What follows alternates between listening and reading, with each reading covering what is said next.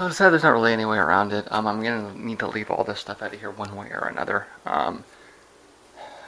However, whatever the testing process is, it's going to be very slow.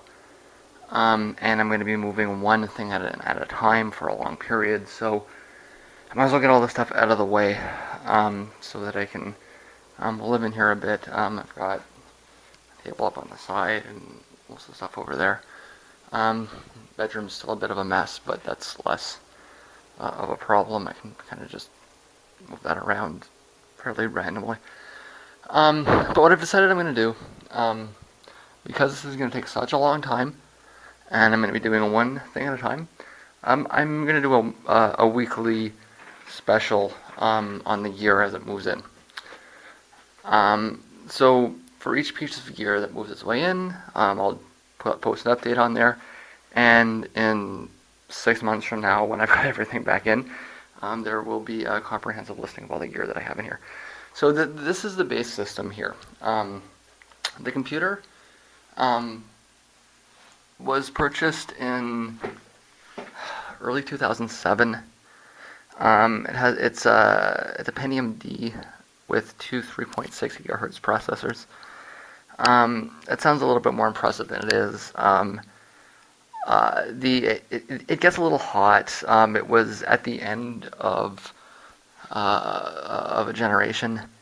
It was before they started making. Well, it was right at the cusp. Like 3.6 is about as fast as you'll find anywhere. But because the technology gets a little bit hotter, it's not as fast as some new processors that run at like 2.8 or 3.2 or something like that, right? So, but as far as basic wave speed goes, or wavelength goes, that's about as fast as it's ever been really sold. Not literally, but you don't really get faster than that, and that's really what I was focusing on here. As a musician, I have slightly different computing requirements than the typical computer nerd, which would be mostly focused around gaming. For example, I don't really care much about the video card. As it happens to be the motherboard that came, I built this machine myself. The motherboard I purchased doesn't have a video out, but I would have got one with a video out if it met my needs. What I was concerned about with the board was primarily its ability for RAM expansion. At the time, the ability to get 4 slots that could each take 8 gigs of RAM, meaning that this board can take 32, was pretty advanced. It's a P5B. There's only 4 in there right now because I'm running a 32-bit system. But even as far back as 2007, I was always planning on upgrading to a 64-bit system. It didn't happen for a variety of... Well, actually, I was dual booting a 64-bit version of Vista for a while. And I think I explained this before. I think it's the chipset drivers were just really bad. And I did try it again not that long ago, and it just takes forever to do copy operations. So this board is really, it's a 32-bit board, despite the fact that it was sold as Vista ready. It'll run, it doesn't run well. But the XP, it's actually very, very, very fast with the processor that's in there and the amount of RAM that it's got. The board has pretty much everything else I might want on it. I've taken just about everything else out. The only other thing on the front here is the live drive, which is actually very old. I got that in, I think, 1999 or 2000. It's a front end bay. That's a headphone out, that's a line in, it takes a computer, and those are MIDI. And then they've got SPDIFs. When was the last time I saw something with an SPDIF on it? Yeah, that's a line in there. And that was my main sound card for almost 10 years. A large amount, well, pretty much everything. Um, well, that's not true because all of those remixes, but all of the older material up until 2007 was done with that sound card. It's a great little sound card for what it was when it was. Just the ability to plug a guitar in and play in real time. That was something through a computer in real time is something that I hadn't had access to before, and I think it's still not something that a lot of kids can really do. It's two USBs on the front and a FireWire. That's the case, which itself is kind of fancy there. These are sound connectors that would connect to the board if I was using the integrated sound, which I'm not. It's disabled in the BIOS. The back, I've got it has PS2 connections for the mouse and the keyboard, and I make sure I use them so I'm not wasting the USB. I can never understand, like, you only get so many USB connections. Why would you waste them on mice and keyboards? Use the PS2 if you got them. That's the FireWire out to the mixer. There's the monitor out with the video card, which is the only card that's in there right now. That will change as I go through and put the different cards in. Beyond that, it's just your basics. There's 4 USBs there, although it's expandable. I could put 2 more in through a card. There's 2 RJ45s, and actually the integrated audio has surround sound if I decided I wanted to have a gaming system, as well as an SPDIF out on it, and some kind of optical something, as well as an eSATA on it, which, I never used. Yeah. Besides that, it's just it's an NVIDIA video card. I don't remember the model. I don't really even care, to be honest with you.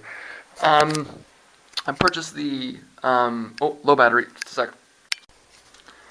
I'm getting better at the low battery thing. I will conquer this. The VGA. Actually, I should. I purchased that computer with money that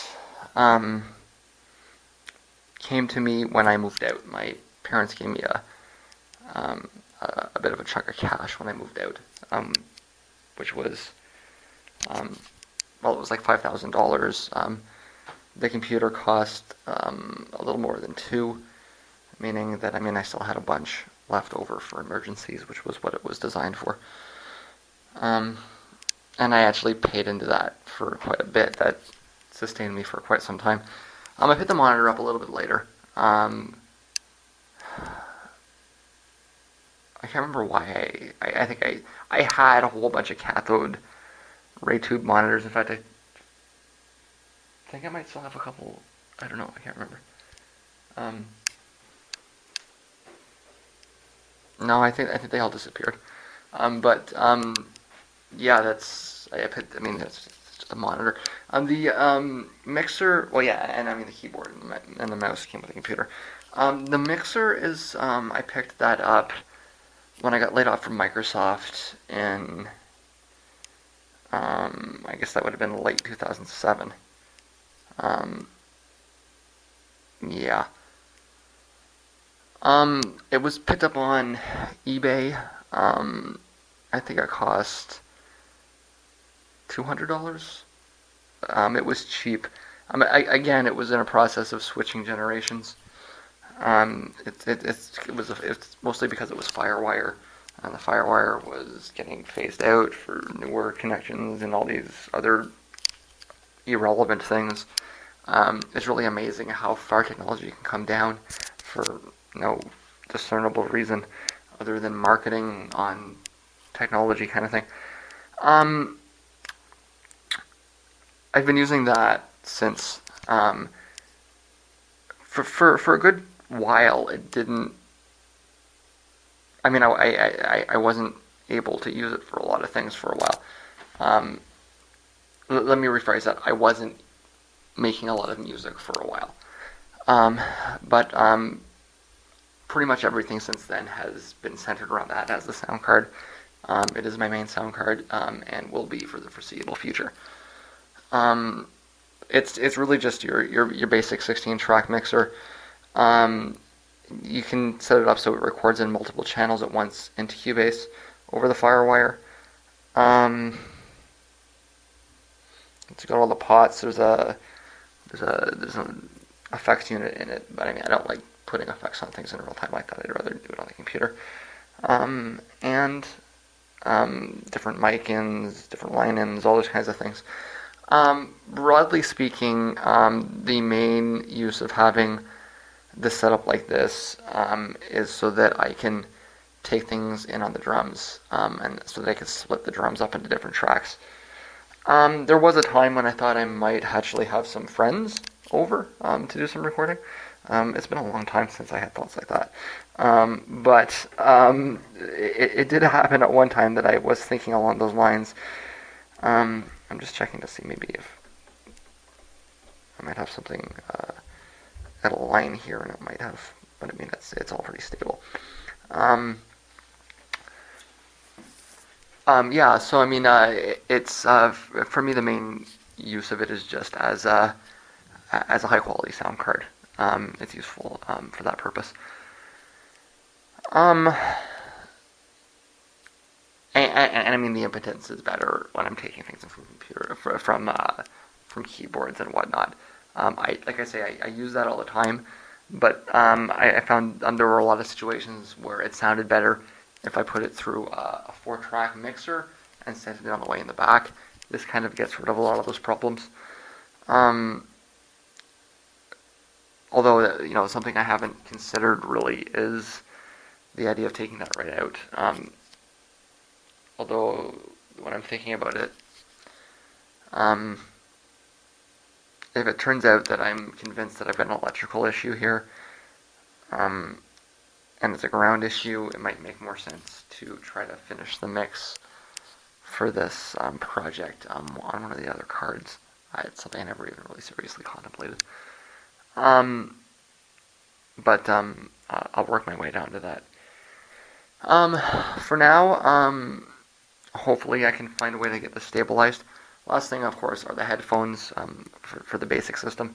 Those headphones, my dad bought those headphones in about, it would have been the late 80s or the early 90s. I think it was the late 80s because I remember playing Atari with those headphones. If you can get your head around how old those headphones are, Atari, yes, like Space Invaders. I'm not that old. The Atari wasn't the contemporary system at the time. It would have been the NES that was the contemporary system, but the Atari was what we had, and so I'm sitting in the basement, and I would have been like 9 or 10. The truth is that I've every piece of music that I've ever listened to, that I've ever connected to, has been with those headphones. Like I say, the oldest memories are with them with Atari. As they aged a little bit, they got moved into the living room. I remember using them to watch the X-Files at 2 o'clock in the morning when my parents were sleeping. I remember that would have been what? Would have been before. That would have been in like '95. I was an X-Files fan like right when it started. Like I think I tuned in on the second season. So that would have been like 94, 95. Watching the X-Files with those headphones in my living room. I would have been 13 or 14. And it was like late at night because that's when they were on. It was reruns at like 2 o'clock in the morning. Then they got moved into the recording space that my dad built for me. Well, I think he really built it for himself. He wanted a drum space. He played a little drums. Big like Phil Collins fan. I guess maybe something that is more in my lifetime was he was more of a Mike Portnoy fan, big Dream Theater fan.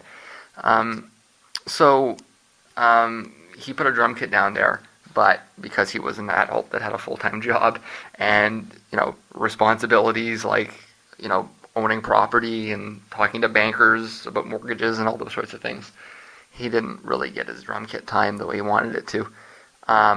Rather, I ended up in that room all the time. That's where my earliest demos were done. It was a soundproof room in a basement, and those headphones were down there. I was, I guess, 15 at the time. It was 1996, mid 1996, and I used to, I started taking those headphones on the bus with me to school, listening to them on a cassette Walkman, and then on a CD player, all over the city, all kinds of stuff, everything from early Korn to Nine Inch Nails, Skinny Puppy, all that kind of stuff. And because those are such high-end headphones, they really sounded amazing. Like all that stuff really sounded amazing through it.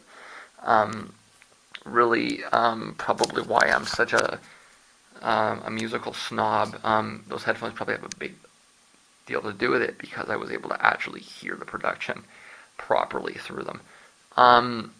Like I said, they're a pair of Sennheisers from the mid to late 80s. They're 442s. I don't know how much they cost at the time, but if I was to get they're long out of production. They've been out of production for 25 years or something. But if I was to get a comparable pair of Sennheisers like that nowadays, they would be in the $400 or to $500 range category. They would be considered studio quality monitor headphones. On the low end of it, certainly, but nonetheless. I mentioned before that my dad was an audiophile, so he got them to listen to his progressive rock, but like I say, I ended up listening to them. And when I was a kid, I had no idea. To me, they were just awesome headphones. Like putting a price tag on it or anything like that didn't. When even as a teenager, you just don't think like that. You just think awesome phones. I'm going to use them as much as I can. So they followed me around everywhere, in the recording studio, on the bus. I couldn't listen to them in class. They're kind of big. But certainly, anytime I was out and about, those phones were with me. And anytime I was at home, the phones were with me. I didn't play many video games after I turned about 15 or 16, largely because most of my time was spent,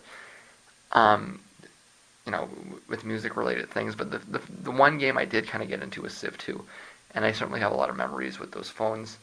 Listening to actually the one record I really remember listening to was Pop by U2. It would have been 97 or 98, and playing Civ 2 for hours. They followed me, into the recording studio when I set that up, or more as the studio increased in complexity, the phones remained static, and here they are still today. What is it? 20 years later. I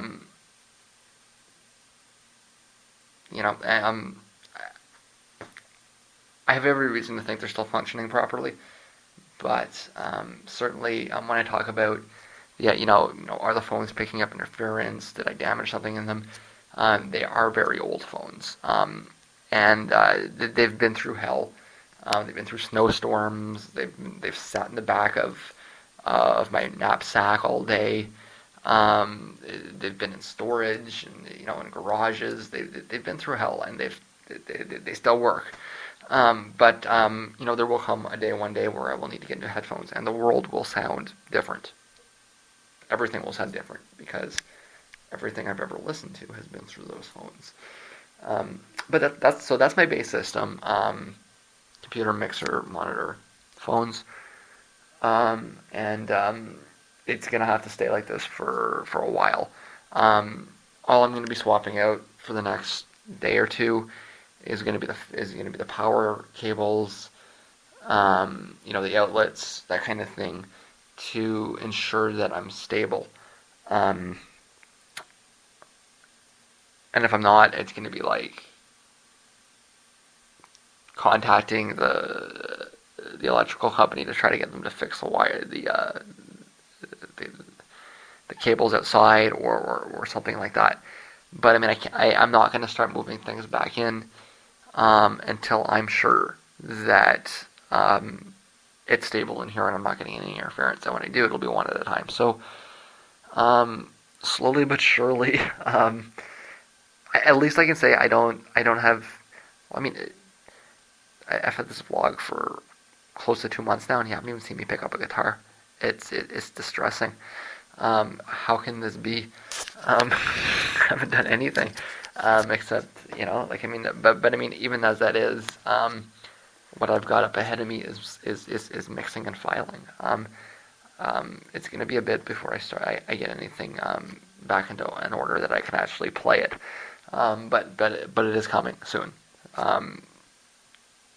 Believe me, I want to get back to work. So um, that's it's just, I mean, I'm not really in a particular hurry. I don't need to be in a particular hurry to get anything reconstructed here. It's just a it's just a persistent driving feeling of wanting to, rather than any actual real necessity to. Um, so yeah, I actually like the idea that this little segment's coming up, because I've got a lot of gear, and it'll be fun to run through the stories for each little piece of it.